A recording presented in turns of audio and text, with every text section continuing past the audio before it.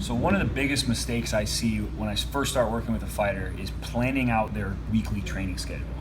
And almost every single fighter I've worked with has made the same mistake until they have somebody who kind of helps them understand how to lay these practices out and structure everything properly.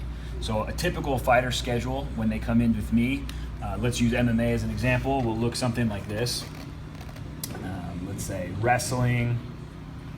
Oh, this is Sunday, so wrestling, MMA, strength and conditioning, BJJ, sparring, strength and conditioning. And that's morning practices. And then maybe at night we've got mitt work, hitting pads here. We've got running. Maybe that's all that day. We've got some wrestling. And they kind of space it out like that. So if you look at the intensity of all these activities, usually these practices are high intensity. This would be moderate to low. High intensity, high intensity, high intensity, high intensity, high intensity. And then maybe the afternoons are a little bit lower intensity technical work. And the first thing that stands out to me there is they think about it as I have one high intensity practice every day. So I'm not doing two things. I'm not really beating myself up too much. But what happens here is high intensity every single day doesn't allow our body to recover. Even if it's a different type of workout, they end up with nervous system fatigue, muscular fatigue, and they end up beat up. By the time they get to Thursday, Friday, they're so beat up and overtrained that they don't get anything out of these sessions, these last 3 days. All they're getting is pushing themselves further into overtraining.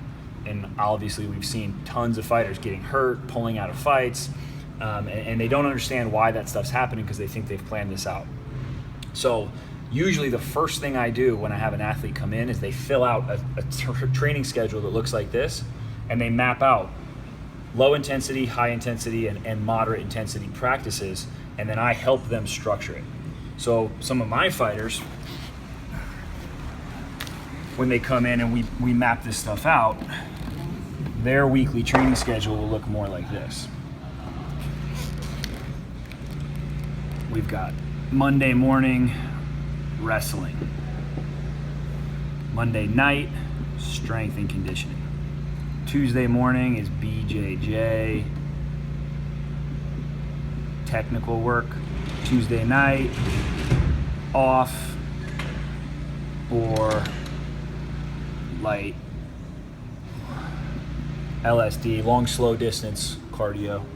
Wednesday is Muay Thai, pad work, so technical. Then we've got strength and conditioning here. Again, we've got BJJ, usually off, or they might have some technical work in there. Sparring, off, or we might do a little bit. And we've got strength and conditioning here. So now, as we map this out, Sunday is usually always an off day, recovery, rest day. So we've got wrestling. This is pretty high intensity. Wrestling, sparring. Then we've got strength and conditioning, another high intensity. BJJ technical work is moderate intensity. You know, it's not super low because there's a little bit of drilling and kind of BJJ sparring, but it's not super high intensity. And then long, slow distance cardio work, very, very low intensity. Muay Thai pad work, again, low intensity, low to moderate. Strength and conditioning on Wednesdays is more of an aerobic capacity or a recovery day for us. So depending on really what they need and where we're at in camp. So again, low intensity. So I'm gonna put an L next to the low. We'll call that M for moderate. This is low, this is moderate, this is low if they do anything, and then high, high, and then off. So really, we only have two major high intensity days in the week. Their big time wrestling day in the morning, their big time sparring day in the morning, And those are when we do our high intensity strength and conditioning work. Now I like to have it spaced out like that because that allows recovery. If you see here, low intensity. So they're still getting some great technical work in here, but they're also allowing their nervous system, their body to recover. If they had to get a higher intensity day in here on Wednesday, they could do that because we've had a recovery day in between. Based on their training schedule, they do more of a moderate intensity day there and then moderate here. And it's because these two moderate days are in between here, then we keep this one moderate as well. If they want to go low and low, we could go really high intensity on Wednesday as well, depending on their recovery. So spacing these sessions out like that allows us to get the most out of our sessions and allows their body to recover throughout the week. So we like to do high intensity on the same day. We'll give them about a 6 to 7 hour break in between these sessions so it allows them to recover. I particularly like doing strength and conditioning in the afternoon so that even if they come in a little beat up and fatigued, we're not taking away from their technical skill work, which is the most important part. I'd rather the strength and conditioning is affected than the technical skill work is affected by the strength work. So having this kind of high-low sequencing allows that proper recovery, keeps my guys fresher for a lot longer, minimizes injuries.